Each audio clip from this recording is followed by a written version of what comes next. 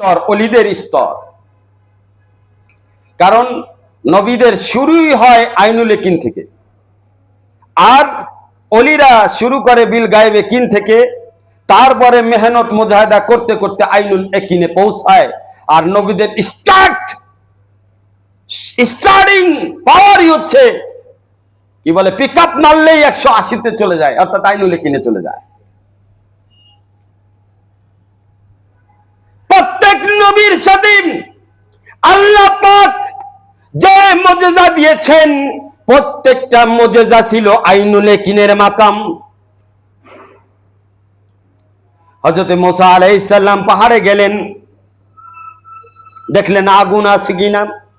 আগুন পেতে গিয়ে আল্লাহ তাআলার বেলায়েত পাইলেন, নবুয়ত পাইলেন।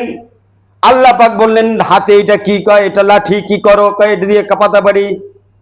কয় ছাড়ো, কয় সাপ হয়ে গেছে। কয় ভয় পাও না, ধরো, লাঠি হয়ে গেছে।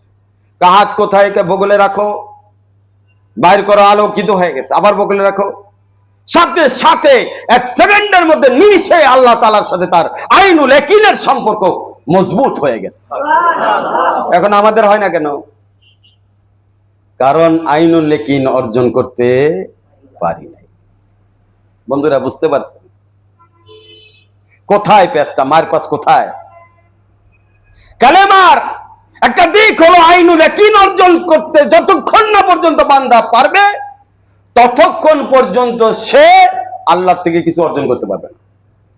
আল্লাহ থেকে অর্জন করার যে উসুল এবং নিয়ম হচ্ছে আইনুল ইয়াকিনের মাকামে পৌঁছাইতে হবে। আর এই মাকাম কখন পৌঁছাবে বান্দা?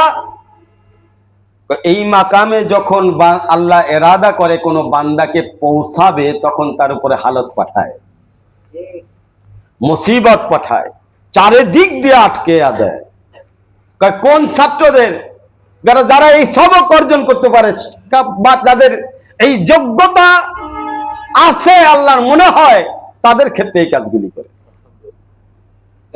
তখন তাকে কি করতে হবে? হয় জ্ঞান অর্জন করে, এলেম অর্জন করে আইনুল ইয়াকিনের মাকামে পৌঁছাইতে হবে। ওই রাস্তাটা অনেক কঠিন, তবে শায়েকের মাধ্যমে হলে রাস্তা সহজ হয়ে যায়।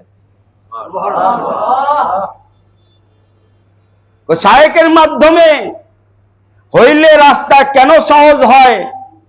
এই জন্য সহজ হয়, আমার শায়েক ও পীর ও মুর্শিদ আরিফ বিল্লাহ শাহ হাকিম মোহাম্মদ আখতার সাহেব নব্বরুল্লাহ মারকাদাউ বলতেন, মুঝে সেহল হো গই জিন্দেগি মাশাআল্লাহ के हवा के रुख भी बदल गए, माशाअल्लाह तेरे हाथ हाथ में आ लगा तो चरख रहा के जल गए। आह, আমার জীবন সহজ হয়ে গেছে যখন আমার শায়েকের হাতের সাথে হাত, সিনার সাথে সিনা, বুকের সাথে বুক, মনের সাথে মন, দিক নির্দেশনা যখন এক হয়ে গেছে, তো নিমিষেই সেকেন্ডেই সে মর্তবা আর মাকাম গুলো পার হয়ে যায়। বলেন তো দেখি, যখন আপনি ভ্যানওয়ালার গাড়িতে চড়বেন, ওই ভ্যান দিয়ে আপনি ময়মনসিংহ থেকে গাজীপুরে কতক্ষণে আসবেন? আবার যদি আপনি রিক্সায় চড়েন, অটো রিক্সায় কতক্ষণ লাগতে পারে? এরপর একটু আগে বাড়েন, সিএনজিতে কতক্ষণ লাগতে পারে? এরপর আরেকটু আগে বাড়েন, মোটর সাইকেলে কতক্ষণ লাগতে পারে? এর থেকে পরে একটু আগে বাড়েন, হাই কোচ, যেগুলো বড় বড় কোচ আছে, তাতে কতক্ষণ লাগতে পারে? এর থেকে একটু আগে বাড়েন, ট্রেনে কত সময় লাগতে পারে?